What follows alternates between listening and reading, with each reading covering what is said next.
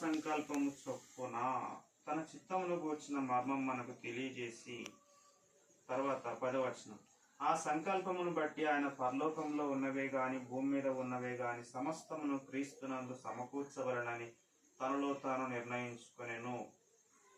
తర్వాత 11, 12 మధ్యలో కూడా ఉంటది. దేవుడు తన చిత్త ప్రకారమైన సంకల్పమును బట్టి.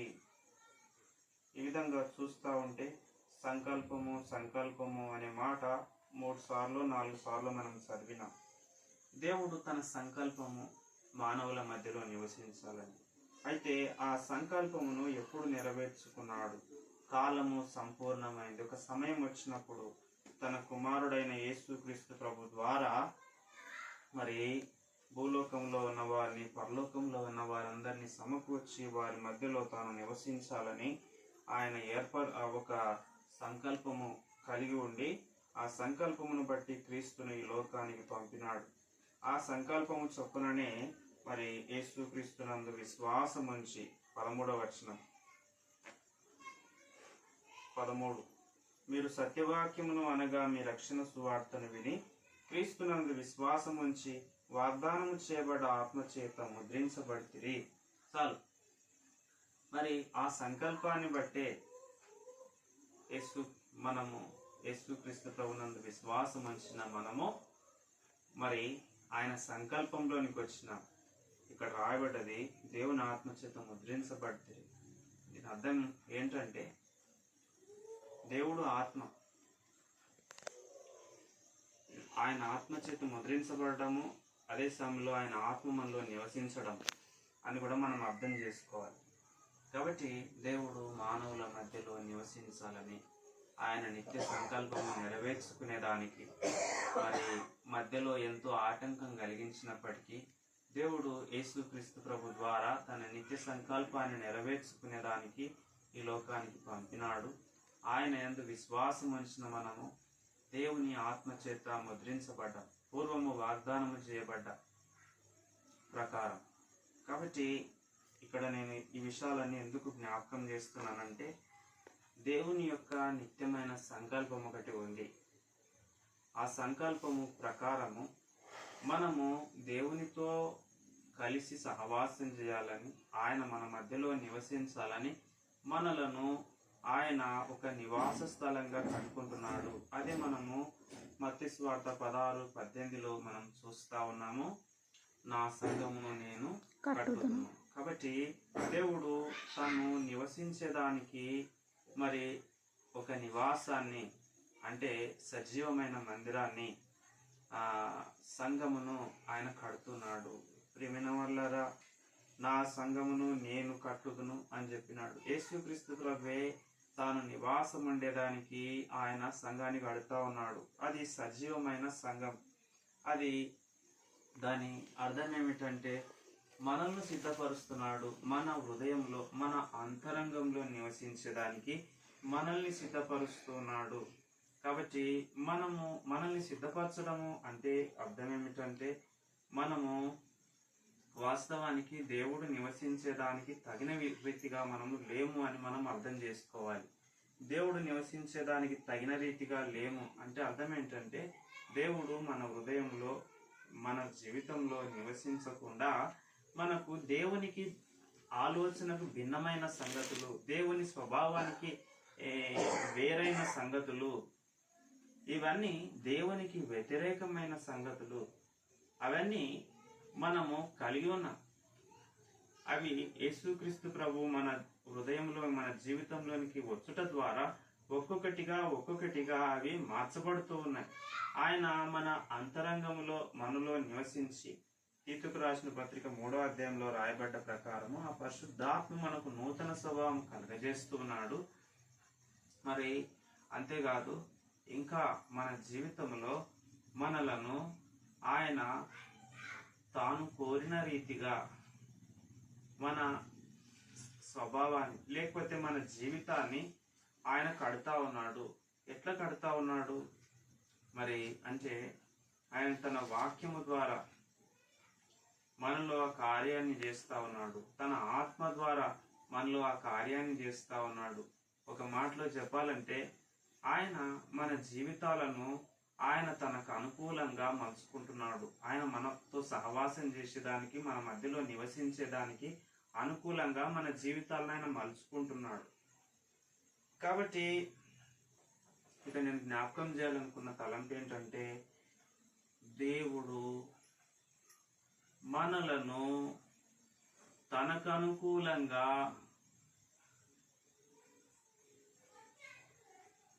మనలను ఆయన కట్టాలనుకుంటున్నాడు, మార్చుకునాలని అనుకుంటున్నాడు. ఆయనకు అనుకూలంగా మార్చుకోవడము అది ఆయన పని.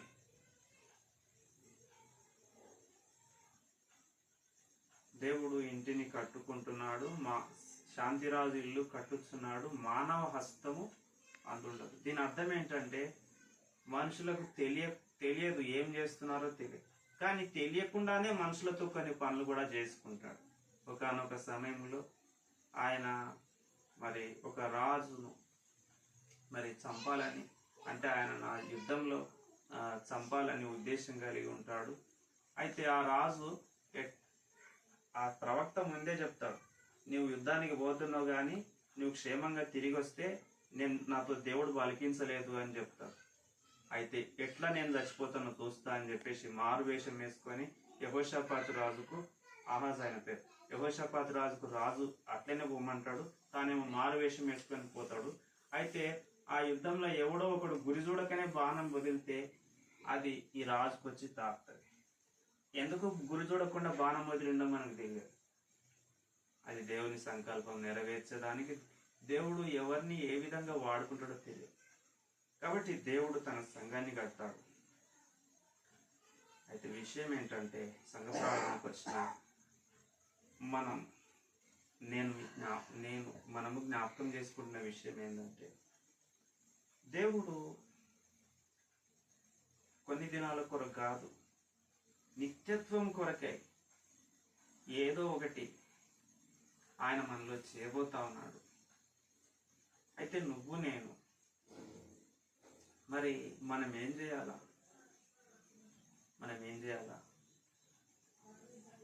ఆయన చిత్తానికి అనుగుణంగా మనల్ని మనము కట్టుకునేదానికి ఇష్టపడాలి. ప్రభువా, నువ్వేం చేయబోతున్నావో, అయితే దాంట్లో నా పాత్ర ఏంటో అది నాకు తెలియజేయి. మోషే వాని మార్గము నాకు తెలియజేయి. అంటే ఈ మార్గం తెలియజేయమంటే అర్థం ఏంటంటే, ఆ మార్గాన్ని దేవుడు తెలియజేసినాడు యేసుక్రీస్తు ప్రభు ద్వారా. నేనే మార్గమును సత్యమును, అంటే ఇట్లా నడుచుకోండి మీరు వస్తారు నా దగ్గర అంటే మార్గం చూపెట్టి. ఆ మార్గం ఎవరికి కావాల్సి వచ్చింది? మోషేకి ఆ దినాల్లో కావాల్సి వచ్చింది. ఆయనకు ముందు ఒక మార్గం లేదు. తాను ఎట్లా నడుచుకునాలా, ఎట్లా ప్రవర్తించాలా, ఏమి చేయాలనే దానికి ఒక మార్గం లేదు. దేవునికి ప్రార్థన చేసిన కీర్తన 107లో ఉంది మాట. అయితే దేవుడు ఆయనకు తెలియజేసిన, ఆయనకి కాదు, కీర్తన 16లో జీవ మార్గంను నీవు నాకు తెలియజేసేదవు అంటాడు దావీదు. దేవుడు దావీదు కూడా జీవ మార్గాన్ని తెలియజేసినాడు. అయ్యో, మనకు తెలియజేసినాడా లేదంటే మనకు కూడా తెలియజేసినాడు. ఎట్లా తెలియజేసినాడు? ఆయన ఆత్మ మనలో ఉంది, అది తెలిసినట్టే. ఎట్లా అంటే, 1 యోహాను పత్రికలో 2వ అధ్యాయంలో రాయబడ్డది. 1 యోహాను పత్రిక 2వ అధ్యాయము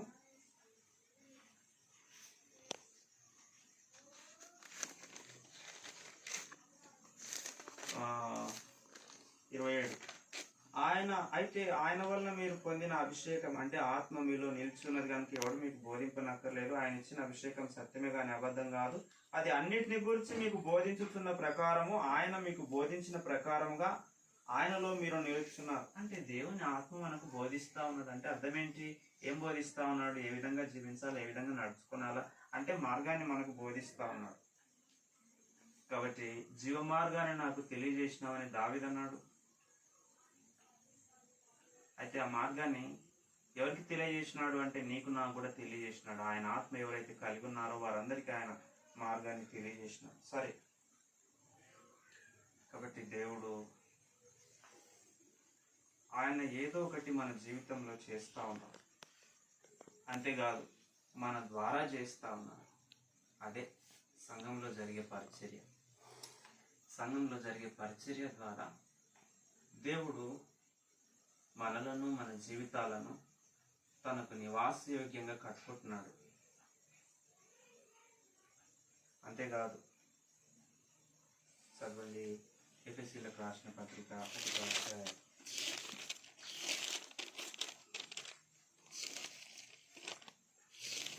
ఎఫెసీయులకు రాసిన పత్రిక 1వ అధ్యాయం 22, 23 వచనాలు.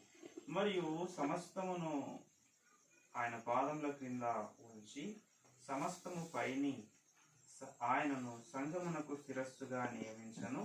ఆ సంఘం ఆయన శరీరము, సమస్తమును పూర్తిగా నింపుచున్నవాని సంపూర్ణత అయినది. సంఘము ఆయన శరీరము. ఆ శరీరం అంటే ఎవరైతే నింపుతున్నాడో, ఎవరైతే కట్టుతున్నాడో, ఎవరైతే శిరస్సు అయి ఉన్నాడో ఆయన శరీరము. ఆయన ఏం చేస్తున్నాడంట? సమస్తమును పూర్తిగా నింపుతున్నాడు. ఆయన ఇంకా నింపుతున్నాడు. ఆయన శరీరం ఇంకా కంప్లీట్ కాలేదు. చిన్నపిల్లలు చిన్నప్పుడు గర్భంలో ఉన్నప్పుడు అన్ని అవయవాలు ఉండవు. ఒకటి ఒకటి ఒకటి ఒకటి రూపించబడతాయి. ఓకే, బయటకు వచ్చిన తర్వాత కూడా అన్ని అవయవాలు ఉండవు. కాలక్రమేణా అవి ఇంకా వృద్ధి చెందుతాయి. మనకు 32 పనులు చాలా దినాల, సంవత్సరాల తర్వాత వచ్చినాయి. అప్పుడే రాలేవు, కంప్లీట్నెస్ రాలేదు అప్పుడే. అట్లనే కొన్ని అవయవాలు కొన్ని సంవత్సరాల తర్వాత అవి పరిణితి చెందుతాయి. అట్లనే మరి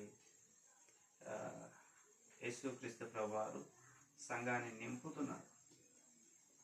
ఆయన నింపే సమయంలో ఆయన వచ్చి నింపుతున్నాడా అంటే ఆయన సంఘం అనే శరీరాన్ని వాడుకుంటున్నాడు. సంఘం అనే శరీరాన్ని నింపే విషయంలో ఆయన వాడుకుంటున్నాడు. అందుకే మనకు బాగా తెలిసిన మాట 1 కొరింథీ 3లో మాట తెలుసు. మేము దేవుని గృహమును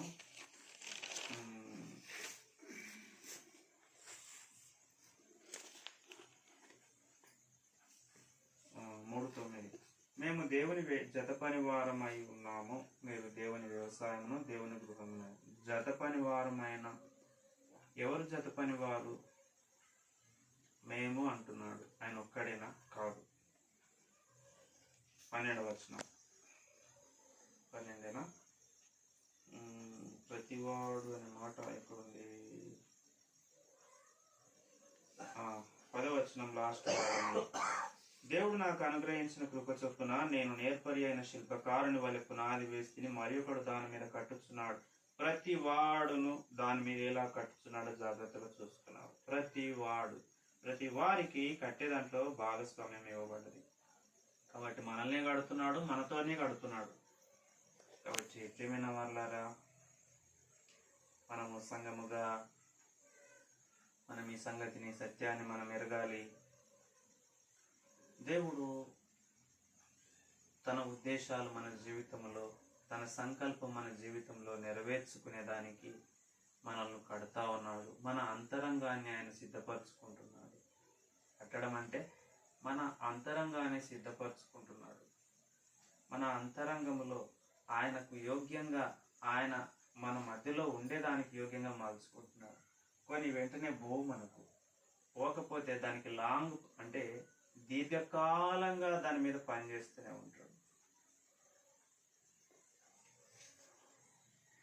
అది మనం దృష్టిలో పెట్టుకోవాలి. ఆయన ఏం చేయాలనుకున్నాడో మర్చిపోయి మనం చాలాసార్లు చాలా వింతగా ప్రవర్తిస్తాం. ఎట్లా అంటే నేను కొన్ని ఉదాహరణలు చెప్తే మీకు కొంచెం బాధ అనిపిస్తుంది కాబట్టి నేను చెప్పలేను.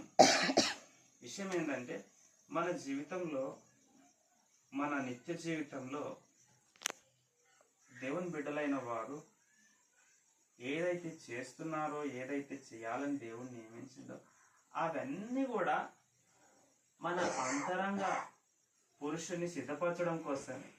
మనకు ఓపిక రానికి కొన్ని విషయాలు అనుమతిస్తాడు, మనకు కొన్ని ఉండవు. అవన్నీ నేర్పేదానికి జీవితంలో దేవుడు రకరకాల అనుభవాలు పరిస్థితుల గుండా తీసుకొని పోతాడు. రకరకాల వ్యక్తులతో రకరకాల పరిస్థితుల గుండా మనల్ని తీసుకొని పోయినప్పుడు ఆయనకు అనుకూలమైన రూపం మనలో ఏర్పడుతుంది. కాబట్టి రాత్రి సమయంలో అయితే నేను ఒక మాట చదివించినాను. ఎఫెస్సీలకు రాసిన ఎఫెస్సీ కాదు, అపోస్తుల కార్యం 2:42 చదివించిన. మొదట వీరు అపోస్తుల బోధనను, సహవాసములను, ప్రార్థన చేయటను, రొట్టె విచ్చటను ఎడతేక. ఈ మాట ఎందుకు చదివించినానంటే, దేవుడు ఎట్లా కడుతున్నాడబ్బా అంటే సంఘంలో ఈ 4 పనులు చేస్తూ ఉన్నాడు. వీటి ద్వారా తెలియకుండానే మనుషులు కట్టబడుతూ ఉన్నారు. అపోస్తుల బోధ మనల్ని కడుతుంది, వాక్యం మనల్ని కడుతుంది. తర్వాత సహవాసం, దేవుని ప్రజలతో సహవాసంలో ఉన్నప్పుడు ఆటోమేటిక్గా మనం కట్టబడతాం. సహవాసంలో కలిసి ఉండేటప్పుడు కొన్ని సర్దుకోవాలి, కొన్ని విషయాలు మనల్ని మనం తగ్గించు. ఇదంతా సహవాసం మనల్ని కడుతుంది. ఇంకొకటి ప్రాముఖ్యంగా మనం ప్రార్థన చేసేదానికి వచ్చినాం, ప్రార్థన కూడా మనల్ని కడుతుంది.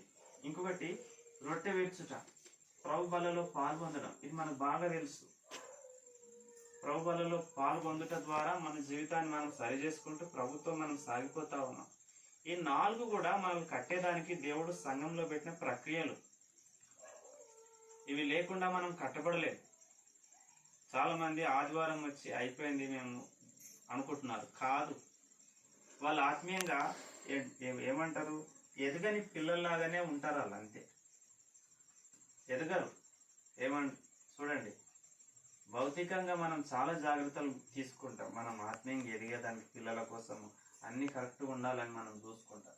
కానీ ఆత్మీయంగా సంఘ ప్రార్థన లేకుండా ఎట్లా ఒక వ్యక్తి కట్టబడతాడు? ప్రార్థన లేకుండా ఒక వ్యక్తి జీవితం కట్టబడదు.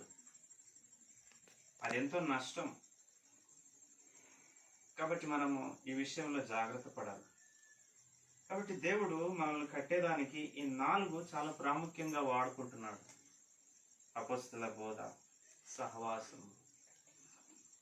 ఆర్డర్లో జరిగితే ఫస్ట్ ఏమొస్తుంది? అపోస్తుల బోధ, సహవాసము, రొట్టె విరుచుట, ప్రభు బలలో పాల్గొనడము, ప్రార్థన చేయడం. ఈ అనుభవాల ద్వారా మన జీవితాలను ప్రభు కడుతూ ఉన్నాం. కాబట్టి మనం వీటిలో ఉన్నప్పుడు మనకు తెలియకుండానే ఆయన మర్మముగా మన మధ్యలో పనిచేస్తూ ఉన్నాడు. ఆయన మన మధ్యలో ఉండి మర్మముగా మన మధ్యలో ఉండి ఆయన పనిచేస్తూ ఉన్నాడు. కాబట్టి రాత్రి నేను జ్ఞాపకం చేయాలనుకున్న తలంపు ఏంటంటే, దేవుడు మనలను కడుతున్నాడు. అందులో మనకు పని బాధ్యత ఉంది. ప్రభువా, మన జీవితంలో ప్రభువా, నన్ను ఎందుకు రక్షించినారు, నేనేం చేయాలా? ప్రతి దినము కూడా మనము ప్రభు చేత వాడబడాలా, ఆయన సంకల్పం నెరవేర్చాలా, ఆయన కార్యాలు మనం చేయాలి. మనకు బయట మనకు వేరే వేరే పనులు కూడా ఉన్నాయి. అవన్నీ దీనికోసమే. బయట మనము ఈ లోకంలో చేసే ప్రతిదీ కూడా మన ఆత్మీయ జీవితం కోసం. వాటి కోసం ఇది కాదు, దీనికోసం అవి.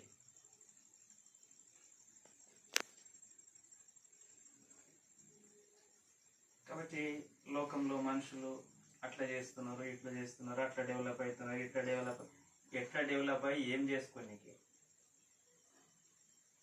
ప్రియమైన వాళ్ళారా, మన ఆత్మీయ జీవితాన్ని కట్టుకునే దాంట్లో అవన్నీ భాగం. ఇది లేకుండా అది వ్యర్థం. కాబట్టి దేవుని బిడ్డలుగా మనకు తెలియదు దేవుడు మన జీవితంలో చేయాలనుకున్న కార్యం ఏంటో మనకు అర్థం కాదు. మనం ఏం చేయాలో మనకు అర్థం కాదు. అయితే మనం ఈ విషయాలన్నింటిలో కూడా దేవుని జ్ఞానాన్ని అడగాలి, దేవుని సహాయాన్ని అడగాలి. ఆయన చిత్తానుసారంగా మనం ఆయన కార్యాల్లో పాలిభారమై మనము ఈ ప్రక్రియలో మనం భాగమైపోవాలి. మనము మరి ఏమొస్తుంది దేవుని సేవలు అది చేస్తే ఇది చేస్తే, దేవుని పరిచయలో ఇది చేస్తే అది చేస్తే ఏమొస్తుంది? ఏమొచ్చేది కాదు. దాని ద్వారానే మనం కూడా కట్టబడతాం. దేవుడు నాకు పని ఇచ్చిండు, ఏంది ఏదో పరిచయం చేసేదానికి, అది నేను చేయకపోతే నా జీవితాన్ని నేను కూడా కట్టుకోవడం ఆపేసినట్టే. ఇది నేను చేయటం ద్వారా నా జీవితాన్ని కట్టుకుంటున్నా, మీ జీవితాన్ని కడుతున్నా. క్షమించండి, వాడుకు దేవుని పనిలో భాగస్వామిని అయి ఉంటున్నా. అట్లా దేవుని మందిరంలో, దేవుని విషయాలలో మనము చేస్తున్నప్పుడు అది మనకు, ఇతరులకు కూడా క్షేమాన్ని కలిగిస్తాయి. కాబట్టి రాత్రి సమయంలో దేవుడు తన చిత్తానుసారంగా మనం కట్టాలి. ఆయన సంకల్పం, ఆయన ఉద్దేశాలు మన మధ్యలో నెరవేర్చబడాలి. మనల్ని తన చిత్తానుసారంగా ఆయన వాడుకున్నాడు. మనమే కాదు, మన కుటుంబాలు, మన సంఘము.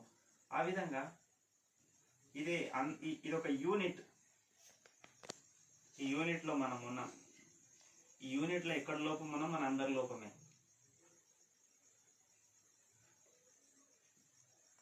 కాబట్టి ఈ యూనిట్ కరెక్ట్ అంటే, యూనిట్ అంటే మీకు అర్థం ఇప్పుడు చూడండి. సరే, ఇక్కడ చెప్తాను. పాతకాలంలో బటాలియన్స్, ఇప్పటి కూడా ఉన్నాయి బటాలియన్స్ అంటారు, పటాలం అంటారు. ఇటలీ పటాలం అని ఉంది కదా, అపొస్తలుల కార్యం 10వ అధ్యాయం 1వ వచనం. పటాలం అంటే ఒక సైనికుల ఒక 100 మంది, ఒక 1000 మంది ఒకటి ఉంటారు. వాళ్ళకు పని ఉంటుంది, వాళ్ళొక ప్రాంతాన్ని కాపాడాలి, లేకపోతే ఏదో ఒకటి చేయాలి. అది ఒక యూనిట్. వాళ్ళంతా కలిసి చేయాలి ఆ పని. వాళ్ళు కొంతమంది చేసి కొద్దిమంది చేయకపోతే ఆ పటాలం మొత్తంకు ఓటమి వస్తుంది, లైక్ బెటాలియన్. అట్లనే మనం ఒక యూనిట్. ఈ యూనిట్ మనం మన వ్యక్తిగతమైన విషయాల కొరకు మాత్రమే కాకుండా, ఈ యూనిట్గా మనం చేయాల్సిన విషయాల కొరకు కూడా మనము శ్రద్ధ కలిగి ఉండాలి, బాధ్యత కలిగి ఉండాలి. దేవుడు ఈ యూనిట్గా మనల్ని ఇక్కడ పెట్టిండు. ఇక్కడ ఎంతో మందికి మనం మేలు చేయాలని, ఎంతో మందికి రక్షణ వెలుగులోనికి తీసుకురావాలని, ఎంతో మంది ఆత్మీయంగా క్షేమాన్ని పొందాలని, చిన్నపిల్లలు, యవనస్తుల జీవితాలు మార్చబడాలని, కట్టబడాలని, ఆత్మీయంగా ఆత్మ సంబంధమైన మందిరంలో. కాబట్టి అది మన యూనిట్గా మన బాధ్యత. వ్యక్తిగతంగా మనకున్నాయి, సంఘముగా మనకున్నాయి కొన్ని. ఇవన్నిటి విషయంలో మనము ఆలోచన కలిగి మనల్ని మనము కట్టుకుంటూ కట్టే వారిగా మనము ఉందుముగాక. కాబట్టి ఇట్లాంటి విషయాలు మనము గ్రహింపగలిగి సంఘముగా మనము ప్రార్థించడానికి ప్రభు మనకు సహాయపడుతుంది.